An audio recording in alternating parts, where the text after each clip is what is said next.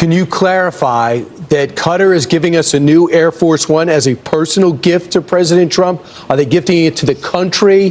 What could you tell us about this luxury liner that looks like a hotel in the air? Well, the Qatari government has graciously offered to donate a plane to the Department of Defense. The legal details of that are still being worked out. But of course, any donation to this government is always done in full compliance with the law. And we commit ourselves to the utmost transparency. How does this administration do it? How do they continue to find new lows, reach a new rock bottom? Not just in the corruption, not just the criminality or the incompetence, but the way that they try and fail to defend all of those things. And of course, you know, I'm talking about Carolyn Levitt, who was confronted on Fox Yes by the Fox propaganda outlet over what might be the most blatant and disgusting example of corruption in presidential history. And she did not succeed in trying to defend her boss. And you could even see that the Fox host was disappointed in her propagandizing. We're going to get into it all, just a complete mess. But before we do, if I could quickly ask you to leave a like on this video, and if you haven't already and you enjoy our channel, to hit that subscribe button. It goes a long way, and it really does mean a lot to me. Now, before we get into Carolyn Levitt being confronted and melting down on Fox, I want to start out with the perfect call out of this horrible corruption scandal from Chris Murphy right here. Let's be clear about what this trip is all about. This is President Trump's corruption tour of the Middle East. He is going to the Gulf in order to collect tribute. What's happening here is an extraordinary level of corruption. We shouldn't pretend this is business as usual. What the president is doing is giving countries like Saudi Arabia and UAE what they want. For Saudi Arabia, it's a civilian nuclear deal with the United States. For the UAE, it is taking some of the restrictions off of the way that semiconductors flow into that country. And in exchange, Trump is not asking for any benefit to the American people. He's not asking for any movement towards peace in the region. He's asking for cash. He's asking for cash payments. UAE is giving him that through this deal on cryptocurrency, in which they are paying, doing a big deal through Trump crypto. And of course, we just found out this weekend that Qatar is going to be giving Donald Trump a plane, apparently personally. So that's the story of this trip. On Iran, I mean, listen, obviously, I want a diplomatic agreement with Iran, but what tragedy it would be if the result of these negotiations is to move Iran from where it is today, a handful of weeks away from a nuclear weapon, if it wanted one, to a year, which is what the stated objective is. That was the deal that President Obama had negotiated, that Donald Trump walked away from. We wouldn't have to be at the negotiating table today talking about extending the time frame for an Iranian nuclear weapon out to a year if Donald Trump hadn't thrown that agreement in the trash. So it's just a sign of both the corruption and the incompetence of this administration's foreign policy. Corruption has been at the center of Donald Trump's presidency, and he is not doing something to directly benefit himself. Of course, he's doing something to indirectly benefit himself through Elon Musk, through his children, through his billionaire buddies. Serving billionaires is what this administration is fundamentally about. And it is very clear, both in the election and in his presidency, that Donald Trump can be bought, he can be purchased, he can be swayed, whether it's with $250 million to support his campaign or a $400 million palace jet in the sky. Like, what are we doing? Donald Trump is getting a palace, and we're pretending that something that will be given to him, sure, for his presidency, but really for him to keep after, has no sway over him. Even Donald Trump can't even get through that lie. Qatar. Has Qatar asked for anything in exchange for that $400 million luxury jumbo jet? And how can the American people be so sure that they will not in the future? Well, I think what happens with the plane is that, you know, we're very disappointed that it's taking Boeing so long to build a new Air Force One. You know, we have an Air Force One that's 40 years old. And if you take a look at that compared to the new plane of the equivalent, you know, stature at the time, it's not even the same ballgame. You look at some of the Arab countries and the planes they have parked alongside of the United States of America plane, it's like from a different planet. And it's close to 40 years old, might be more than 40 years old now. And we, when I first came in, I signed an order to get it built. I took it over from the Obama administration. They had originally agreed. I got the price down much lower. And then when the election didn't exactly work out the way that it should have, a lot of work was not done on the plane because a lot of people didn't know. They made change orders that were so stupid, so ridiculous. And it ended up being a total mess, a real mess. And when I came back, I said, by the way, what's going on with the Boeings that are coming in? Well, sir, they're way behind. And they are. They're way behind. They were way behind. Another mess that I inherited from Biden. And it's going to be a while before we get them. And I think Qatar, who has really, we've helped them a lot over the years in terms of security and safety. I think they end very, very nicely. And I have a lot of respect for the leadership and for the leader, Qatar. And I think they knew about it because they buy Boeings. They buy a lot of Boeings. And they knew about it. And they said, we would like to do something. And if we can get a 747 as a contribution to our Defense Department to use during a couple of years while they're building the other ones, I think that was a very nice gesture. Now, I could be a stupid person and say, oh, no, we don't want a free plane. We give free things out. We'll take one, too.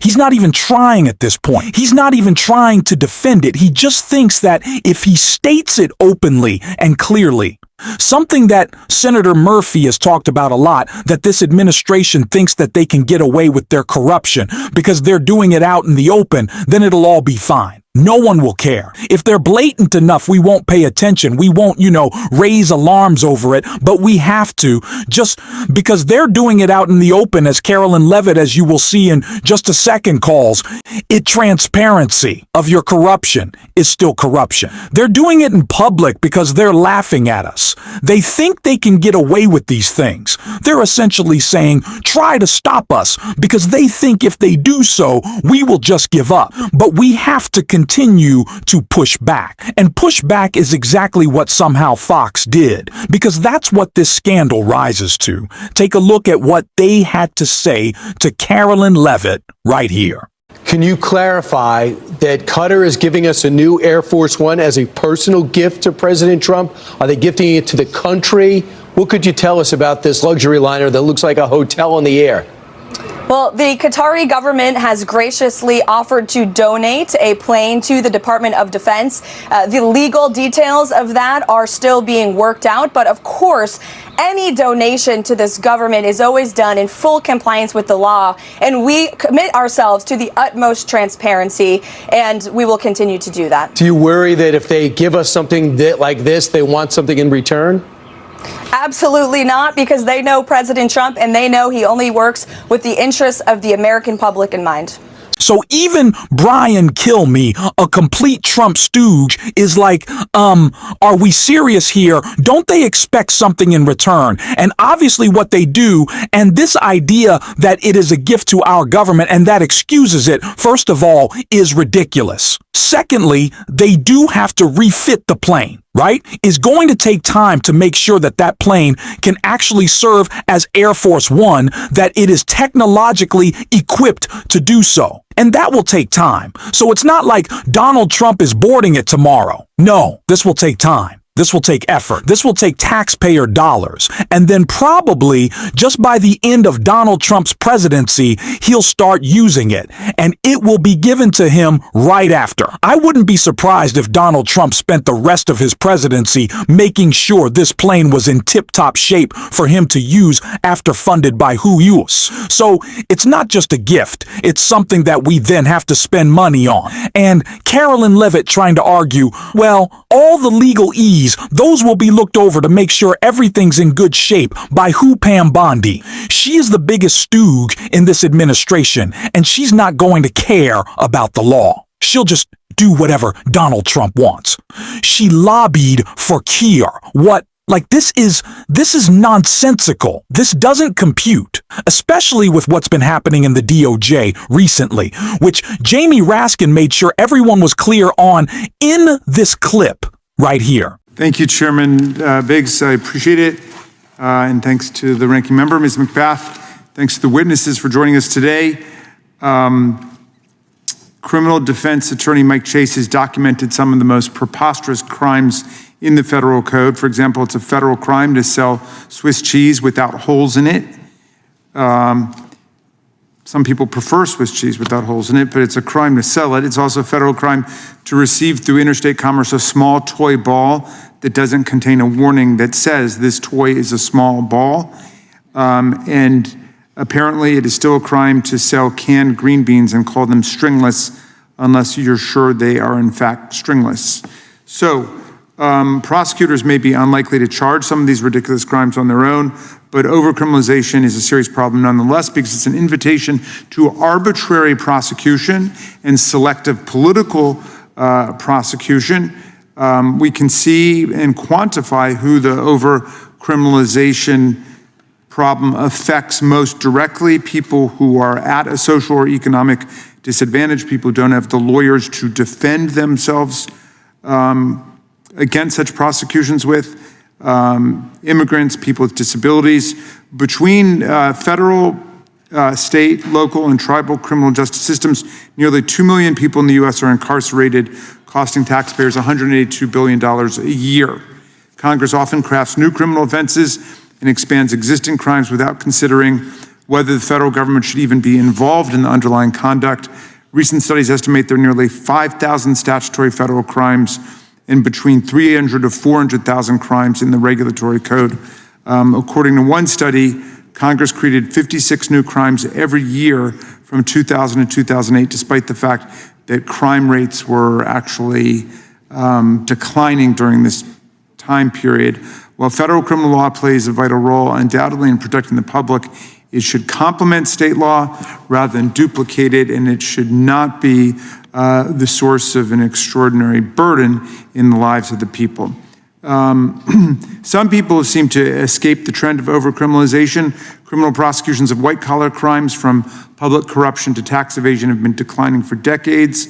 Under the current administration, those statistics are likely to plummet further, given the Department of Justice's gutting of the department's top anti-corruption unit and its removal of its own power to charge politicians and public officials for bribery and extortion in some cases, its disbanding of anti-corruption task forces, and its purge of veteran prosecutors and agents who are dedicated to public safety, but who have run afoul of the new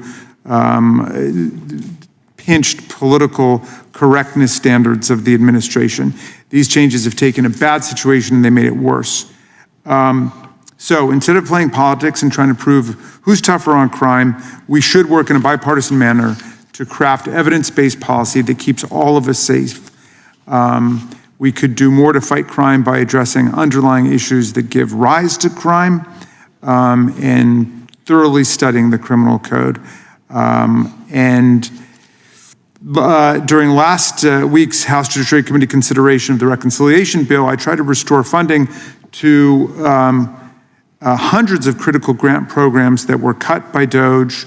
Unfortunately, my colleagues refused to even discuss them and yet voted against our amendment to restore funding to these programs addressing the needs of crime victims, victims of rape and sexual assault.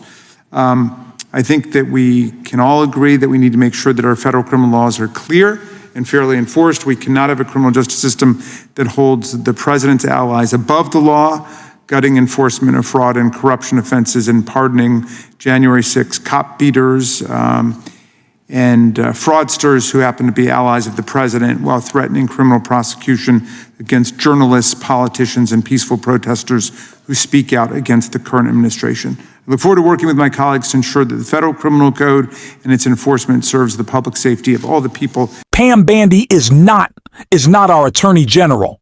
Pam Bandy is an extension of Donald Trump's weaponization of the legal system to be him, benefit himself, and attack his enemies. Pam Bandy doesn't do a job. Pam Bandy's job is to go on Fox. Did you ever see Merrick Garland once during all of Joe Biden's presidency go on MSNBC? Was he like chopping it up with Brian Tyler Cohen on his show? Was he hanging out with the folks at Midas Touch like, no, And imagine if he was like, the right would have lost their minds. And Pam Bandy, like, essentially has her own show on the president's propaganda network, and it's totally fine as she rips apart the DOJ for his benefit. I don't even know how much more hair on fire we can be at this point. It is so blatant, and again, that is the point. That is the point. It is terrifying, but it just means we have to call it out that much more, which is what we're doing on this show every single day. And if you want to support that, as always, you can hit that subscribe button, leave a like on this video, and if you stuck around to the end, drop a blue heart in the comments, and until next time, I will see you soon.